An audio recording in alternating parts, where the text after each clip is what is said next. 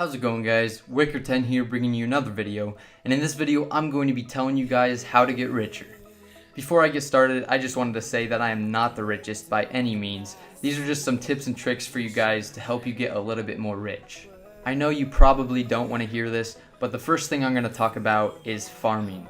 I know farming is kind of boring and time consuming, but it's just something you have to do in order to get richer. Some of the best things you can farm are black rock, pinballs, guy traps, and chandeliers.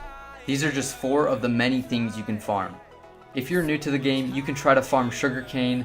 I know it takes only about 4 hours for it to grow, and it doesn't give you a lot of gems, but you can work your way up to bigger and better. Black rock takes about 21 hours to grow, pinballs take about 2 days, guy traps take about 20 hours, and chandeliers take about 7.5 days.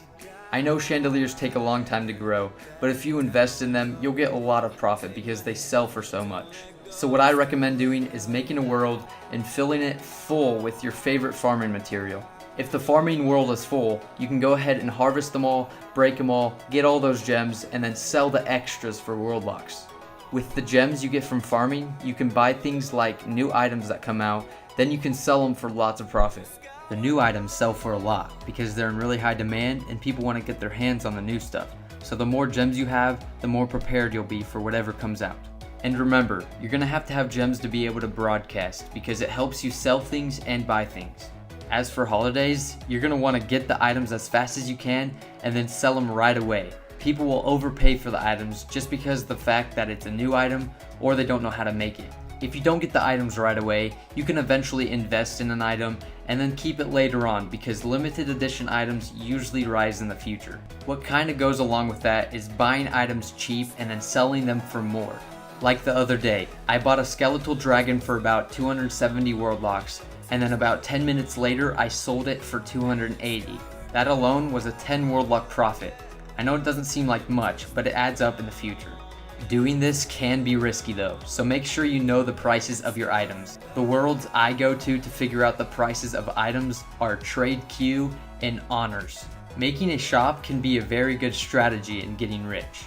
I remember when I first started playing this game, that's the only thing I did was manage my shop. It's kinda like running your own business, trying to get anything you can to sell for the best price.